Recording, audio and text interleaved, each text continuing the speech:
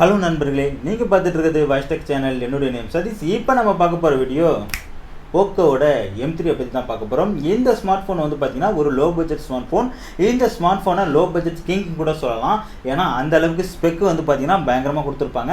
இந்த ஃபோனை பற்றி நம்ம இப்போ குயிக்கான ஒரு ரிவ்யூ தான் வந்து பார்க்க போகிறோம். அன்பாக்சிங் பண்ணிவிட்டு இதை வந்து ஒரு குயிக்கான ரிவ்யூ வந்து பார்க்க போகிறோம். தொடர்ந்து வீடியோ பாருங்கள். நம்ம சேனலில் இது வரைக்கும் சப்ஸ்கிரைப் பண்ணலன்னா சப்ஸ்கிரைப் பண்ணுங்கள்.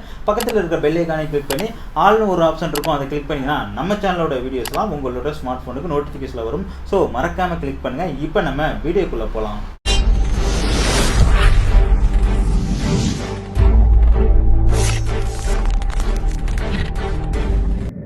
வெல்கம் நண்பா. இது தான் போக்கோவோட M3. பாக்ஸுக்கு பாட்டமில் வந்து பார்த்தீங்கன்னா 6000 mAh பேட்டரி போட்டிருக்காங்க. அது மட்டும் இல்லை, மேட் இன் இந்தியா அப்படின்னு போட்டிருக்காங்க. இப்போ இந்த ஃபோனோட குயிக் ஸ்பெசிஃபிகேஷன் என்ன அப்படிங்கிறத பார்ப்போம். இந்த ஃபோனில் 48 mega pixel AI triple camera கொடுத்துருக்காங்க. ஸ்னாப்டிராகன் வந்து பார்த்தீங்கன்னா 662 இருக்குது. இதோட 6000 mAh பேட்டரி. இதோட வந்து பார்த்தீங்கன்னா ஃபுல் HD+ டிஸ்பிளே இருக்குது. இதோட ப்ரைஸ் வந்து பார்த்தீங்கன்னா 6GB RAM + 128. இது வந்து 11,999 ரூபா. 6GB + 64 வந்து பார்த்தீங்கன்னா 10,999 வந்து சொல்லியிருக்காங்க. இப்போ இந்த ஃபோனை நம்ம அன்பாக்சிங் பண்ணுவோம். அன்பாக்சிங் பண்ணோம் அப்படின்னா உள்ளே வந்து பார்த்தீங்கன்னா ஒரு குட்டி பாக்ஸ் கொடுத்துருக்காங்க. இந்த குட்டி பாக்ஸ்க்குள்ளே வந்து பார்த்தீங்கன்னா சிம் எஜெக்டர் டூல்ஸ் வந்து இருக்குது. அதோட வந்து பார்த்தீங்கன்னா இந்த ஃபோனோட யூசர் மேனுவல் வந்து கொடுத்துருக்காங்க. டோட்டலாக இதாக இருக்குது. இப்போ இந்த ஃபோனை வந்து வெளில எடுப்போம். ஃபோனை வெளில எடுக்கிறப்ப பார்த்தீங்கன்னா வெயிட் வந்து ரொம்ப கம்மியாக இருக்குது. வெறும் 197 கிராம் தான் எடுத்துகிட்டு வந்திருக்காங்க. டிசைன் வேறு லெவலில் இருக்குது. பேக் சைடில் யூஸ் பண்ணியிருக்க ஒரு பேனல் பார்த்தீங்கன்னா பிளாஸ்டிக் தான், ஆனால் வேறு லெவலில் இருக்குது. பிடிக்கிறதுக்கு பார்த்தீங்கன்னா நல்லா கிரிப்பாக கொடுத்துருக்காங்க. வெயிட் வந்து கம்மியாக தான் இருக்குது. இந்த ஃபோனில் 6000 mAh பேட்டரி கொடுத்தும் வந்து பார்த்தீங்கன்னா வெயிட் ரொம்பவே கம்மியாக எடுத்துகிட்டு வந்திருக்காங்க. நெக்ஸ்ட்டு இந்த ஃபோனோட ஃபிசிக்கல் ஓரியன்ட் பற்றி தான் பார்க்க போகிறோம். இதில் டாப்பில் வந்து பார்த்தீங்கன்னா 3.5 mm ஜாக் இருக்குது. அதோட IR blaster, noise cancellation mic போன்றவை வந்து இருக்குது. ரெண்டாவது பார்த்தீங்கன்னா லெஃப்ட் சைடில் வந்து சிம் போடுறதுக்கான ட்ரை வந்து கொடுத்துருக்காங்க. பாட்டமில் வந்து பார்த்தீங்கன்னா இந்த ஃபோனில் வந்து Type-C சார்ஜிங் போட்டு தான். அதோட வந்து பார்த்தீங்கன்னா பிரைமரி மைக் அண்ட் ஸ்பீக்கர் போன்றவை வந்து இருக்குது. ரைட் சைடில் ஃபிங்கர் பிரிண்ட் சென்சாரும் வந்து பார்த்தீங்கன்னா அந்த பவர் பட்டனில் தான் நம்ம யூஸ் பண்ணுவோம். சைட் மவுண்டாக வந்து கொண்டு வந்திருக்காங்க. அதோட வால்யூம் பட்டன் இருக்குது. நல்ல ஒரு டிசைனில் இருக்குது. டோட்டலாக வந்து இந்த ஃபோனை பற்றி இதுதான். இப்போ பாக்ஸ் உள்ள இருக்கிற வேறு என்ன அப்படிங்கிறத வந்து வெளில எடுத்து பார்ப்போம். பாக்ஸில் வந்து பார்த்தீங்கன்னா இந்த மொபைலை நம்ம சார்ஜ் பண்ணுறதுக்கு 22.5 வாட்ஸ் கொண்ட ஒரு பவர் அடாப்டர் கொடுத்துருக்காங்க. பட் ஃபோன் வந்து பார்த்தீங்கன்னா 18 வாட்ஸ் வரைக்கும் தான் சப்போர்ட் ஆகும். அதோட வந்து பார்த்தீங்கன்னா இந்த ஃபோனுக்கு வந்து Type-C சார்ஜிங் போர்ட் அப்படிங்கிறது இருக்கனால Type-C சார்ஜிங்கில் ஒரு கேபிள் வந்து கொடுத்துருக்காங்க. ஃபோன் வந்து பார்த்திங்கன்னா நம்ம பூட் பண்ணோடனே இந்த டிஸ்பிளே வந்து வேறு லெவலில் இருக்குது. இந்த லோ பட்ஜெட்டுக்கு இப்படி ஒரு டிஸ்பிளேவா அப்படிங்கிற மாதிரி இருக்குது. இது ஒரு IPS பேனல் தான், ஆனால் இருந்தாலும் வந்து பார்த்திங்கன்னா நல்ல ஒரு கிளாரிட்டி வந்து கொடுத்துருக்காங்க. இந்த ஃபோனில் ஆண்ட்ராய்டு வந்து பார்த்திங்கன்னா 10 வந்து இயங்குது. அதோட வந்து பார்த்திங்கன்னா MIயோட யூசர் இன்டர்ஃபேஸ் வந்து 12 வந்து இயங்கிட்டு இருக்கு. இந்த ஃபோனில் பயோமெட்ரிக் அப்படின்னு நம்ம எடுத்துக்கிட்டோம்னா ஒரு 4 ஆப்ஷன் கொடுத்துருக்காங்க. இதில் ஃபிங்கர் பிரிண்ட் சென்சார் அப்படிங்கிறது ஆல்ரெடி சொல்லியிருந்தேன். சைடில் வந்து நம்ம யூஸ் பண்ணிக்கலாம்னு அதோட ஃபேஸ் அன்லாக்கும் வந்து இவங்க கொடுத்துருக்காங்க. நெக்ஸ்ட்டு இந்த ஃபோனோட டிஸ்பிளே பற்றி பார்ப்போம். இதில் வந்து பார்த்தீங்கன்னா 6.5 இன்ச்சுக்கு IPS LCD டிஸ்பிளே யூஸ் பண்ணியிருக்காங்க. ஆனால் இது வந்து பார்த்தீங்கன்னா ஒரு ஃபுல் HD+ டிஸ்பிளே தான். இதை வந்து இன்டோர் அவுட்டோர் அப்படிங்கிற எல்லாத்தையும் டெஸ்ட் பண்ணி பார்த்தேன். இன்டோர் ஓகே, அவுட்டோரில் வந்து பார்த்தீங்கன்னா கொஞ்சம் வந்து பிரைட்னஸ் வந்து கம்மியாக தான் இருக்குது. அது மட்டும் இல்லை, இதில் யூஸ் பண்ணியிருக்கிறது வந்து பார்த்தீங்கன்னா ஒரு 60 Hz ரிஃப்ரெஷ் ரேட் யூஸ் பண்ணியிருக்காங்க. மேலே வந்து கார்னிங் கொரில்லா கிளாஸ் வந்து பார்த்தீங்கன்னா 3 வந்து ப்ரொடக்ட் பண்ணியிருக்காங்க. நல்ல ஒரு கிளாரிட்டி அப்படிங்கிறது இருக்குது. நீங்களே பார்க்கலாம் இந்த வீடியோ எவ்வளோ கிளாரிட்டியாக இருக்குது அப்படின்ட்டு. ஏன்னா அந்த அளவுக்கு இந்த பட்ஜெட்டுக்கும் ஒரு நல்ல டிஸ்பிளே வந்து இந்த போக்கோ M3ல எடுத்துட்டு வந்திருக்காங்க.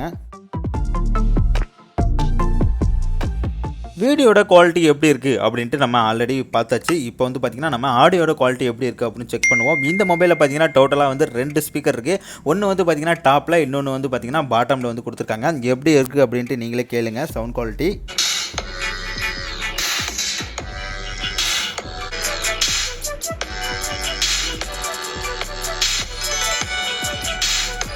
நெக்ஸ்ட் வந்து பார்த்தீங்கன்னா இந்த ஃபோனில் கேமரா பற்றி பார்க்க போகிறோம். இதில் வந்து பார்த்தீங்கன்னா 48 மெகா பிக்சலுக்கு ஒயிட் கேமரா வந்து கொடுத்துருக்காங்க. இதில் f1.79 அப்ராச்சில் இருக்குது. இது வந்து 6P லென்ஸால் வந்து கொண்டு வந்திருக்காங்க. ரெண்டாவது வந்து பார்த்தீங்கன்னா 2 மெகா பிக்சல். இது வந்து ஒரு மேக்ரோ சென்சார். இதில் வந்து பார்த்தீங்கன்னா f2.4 அப்ராச்சில் இருக்குது. மூணாவது வந்து பார்த்தீங்கன்னா டெப்த் சென்சார் வந்து யூஸ் பண்ணியிருக்காங்க. f2.4 அப்ராச்சில் இருக்குது. ஃப்ரண்ட் கேமரா அப்படின்னு நம்ம எடுத்துக்கிட்டோம்னா 8 மெகா பிக்சல் கொடுத்துருக்காங்க. இதில் வந்து பார்த்தீங்கன்னா f2.05 அப்ராச்சில் இருக்குது. 4P லென்ஸ் வந்து யூஸ் பண்ணியிருக்காங்க. சாம்பிள் ஃபோட்டோலாம் எப்படி இருக்குது அப்படின்னு பாருங்கள். இது வந்து ஃப்ரண்ட் கேமராவில் எடுத்தது.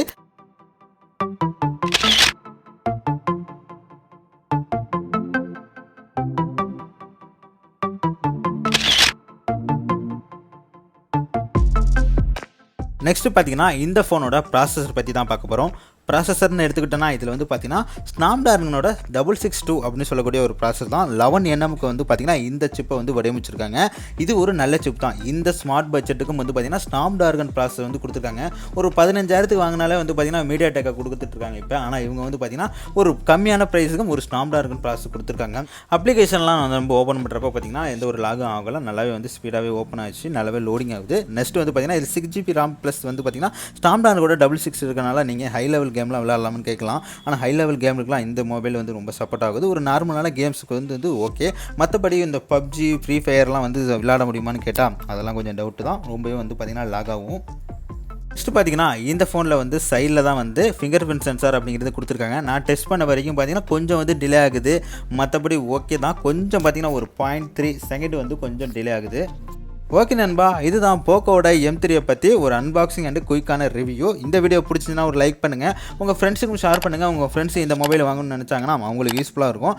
ஓகே நண்பா, நாளைக்கு வேறு ஒரு வீடியோவில் உங்களை சந்திக்கிறேன். நன்றி, வணக்கம்.